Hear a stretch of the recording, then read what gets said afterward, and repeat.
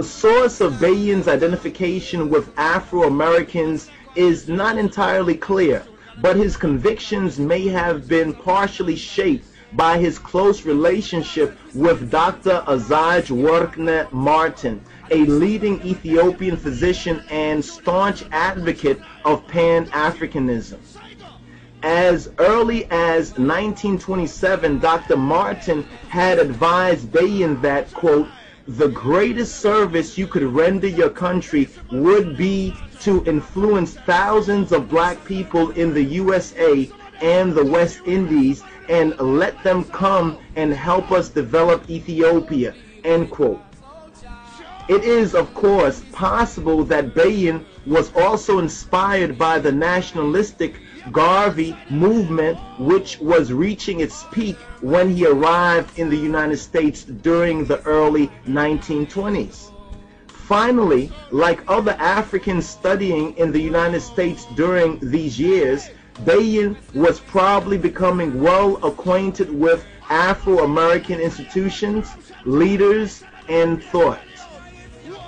Whatever its origins, Bayen's Pan-Africanism was more than just an attitude of mind.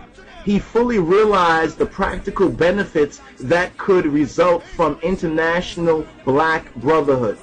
Thus, between 1930 and 1935, Bayen followed Dr. Martin's advice and arranged for several highly skilled Afro-Americans to be invited to Ethiopia by the imperial government as advisors. In 1930, Bayen took Hubert F. Julian, the Harlem aviator, to Ethiopia. A year later, he arranged to have Dr. John West, a physician from Washington, D.C., sent to his country to serve there as a public health official. In 1932, Bayen was instrumental in obtaining a position in the Ethiopian school system for Cyril Price. And in 1934, he played a prominent role in assisting John C. Robinson of Chicago to be appointed as an instructor in aviation. Although some of the Afro-Americans who found their way to Ethiopia during this period proved to be considerably less effective and suitable than others, neither Bayen nor the Emperor Haile Selassie seemed to have become disenchanted with Afro-Americans as a people. Bayen especially continued, despite some disappointments, to court black Americans with enthusiasm. For instance, sometime in the spring of 1935, he appealed to officials at Tuskegee Institute in Alabama to send several of its outstanding graduates to Ethiopia to assist in the agricultural development of the empire. Tuskegee, which had a long history of such involvement in African development, had apparently agreed to undertake the Ethiopian project, but the outbreak of war with Italy that fall prevented fulfillment of the plan. After the Italian invasion of Ethiopia, Bayen focused less upon recruiting skilled Afro-Americans for service in Ethiopia and more on mobilizing black American support for his country, concentrating on black institutions.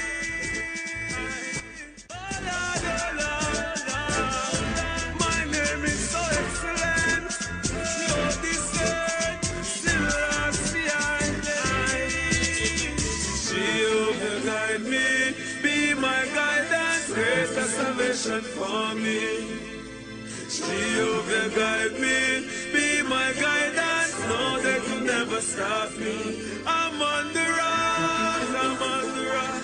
Higher than I and I, Jehovah guide me. I'm on the rock, I'm on the rock. Don't tell my enemy, I'm on the rock.